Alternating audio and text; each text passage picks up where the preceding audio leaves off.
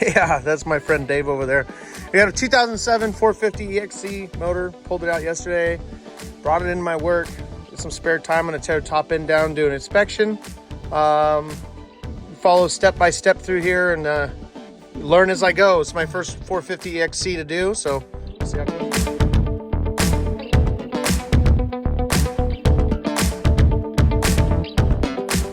So coolant in this thing, the hoses were sitting dry. Put coolant in it, ended up turning black. But I'm ordering a new high flow impeller and spacer for the water pump.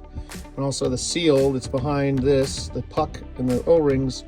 Having a hard time, the last couple times I've tried to replace this seal, peeled a corner or the edge off of the O-ring and made it so it kept leaking.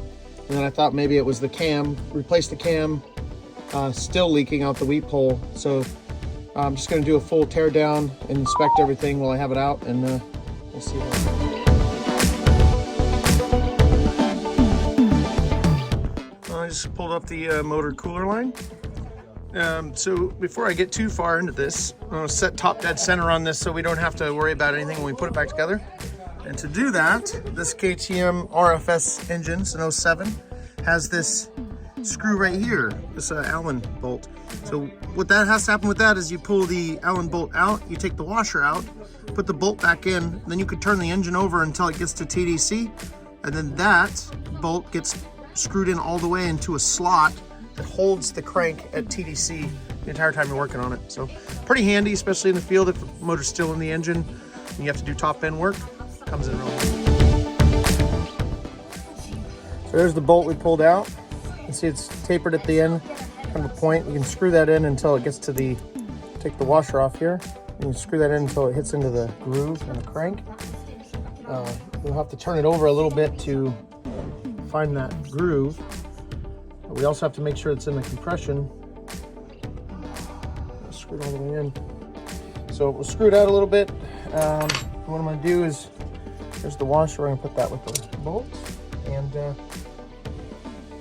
think I'm going to pull the valve cover off first so I can see where the compression stroke is, and then we'll turn it over until the bolt goes into the groove and holds it in TDC.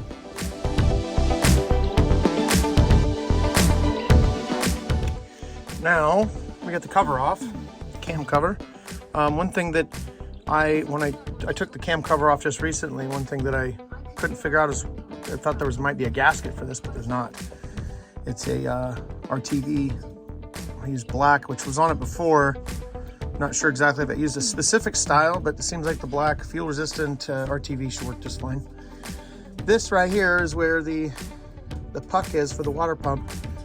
These O-rings here, this front one is the one that I'm having problems with. Every time I try to slide it in and rotate, even with grease on it, ends up peeling the edge of it off. And I'll take that out here in a minute and show you what it looks like. So cam out, chain, I didn't break the chain. I still need to break the chain to get that all the way off, but let's see inside there. It looks like the valve guide seal might be leaking on that one. That one is a little damp there.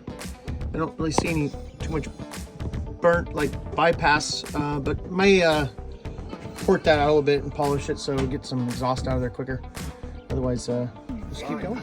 So now I got the timing chain broke, dropped it in there, 4 bolts, and then there are 3 coming from underneath there. So I'm just in the process of pulling those 3 out first, and we'll drop the 4 main head bolts, pull those out, and we should be able to slide the cylinder off.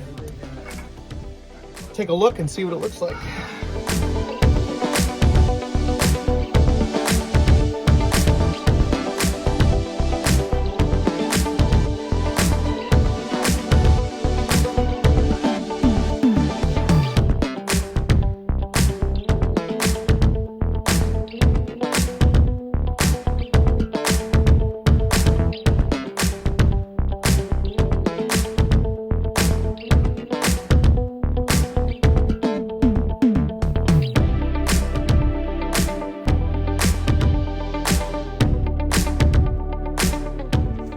So the head bolts right there, those 4, I was going to use an impact and couldn't get a wrench on it and twisting the whole motor.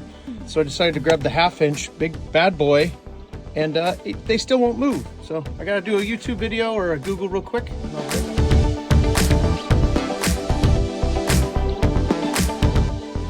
got those bolts broke. It was really difficult to get them broke.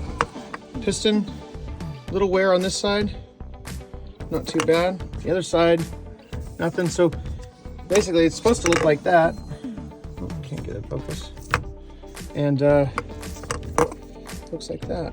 So it's a little wear, but look inside the cylinder wall, like a flashlight.